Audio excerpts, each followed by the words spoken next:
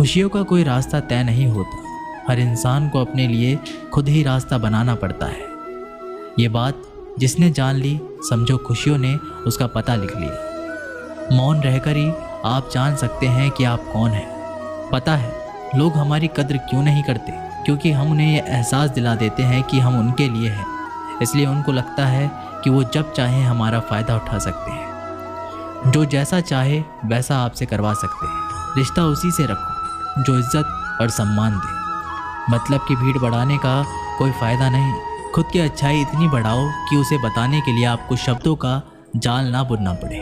अपने लोग नहीं, अपने कर्म लौट कर आते हैं। आज के समय में कोई अपना नहीं होता, सिर्फ लोग तभी तक अपने होते हैं जब तक उनका कोई स्वार्थ होता है। जब आपका होना और ना होना बराबर हो जाए, तब आपका ना होना ही बेहतर है। समय कभी नहीं रुकता।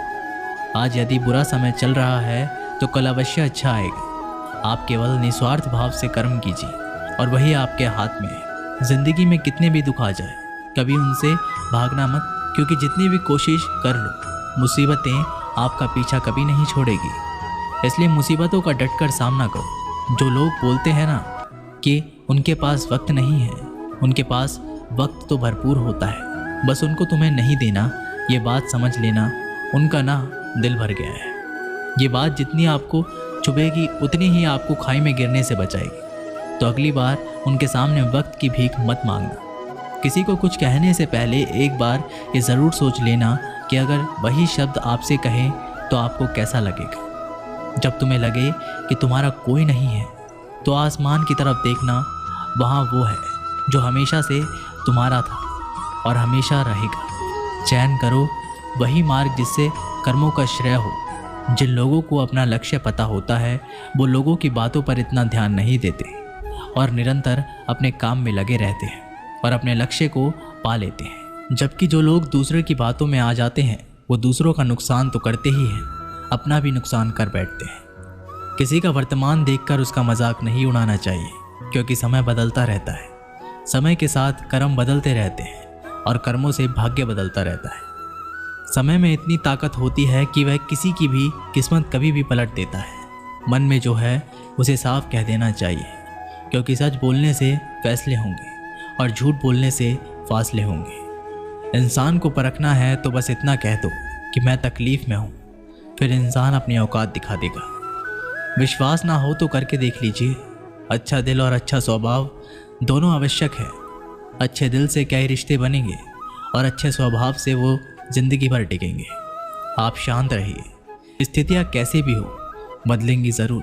तुम्हें पता नहीं, शायद वो अपना ही घर जला रहा है जो अपने घर वालों की शिकायतें औरों को सुना रहा है। ईश्वर तब खुश होते हैं जब वह देखते हैं कि दुखों के बावजूद इंसान उस पर विश्वास रख रहा है।